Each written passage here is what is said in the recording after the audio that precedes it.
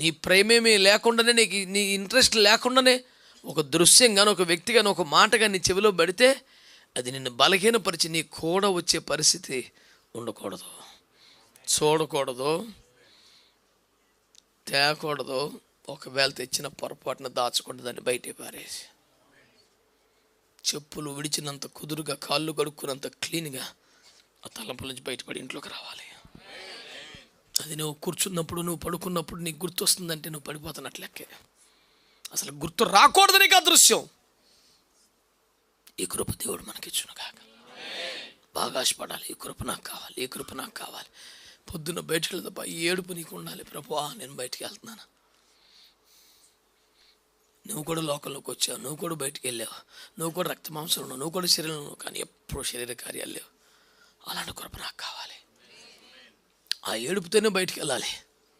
ఆ కృతజ్ఞత స్తుతులతో ఇంటికి రాగలగాలి.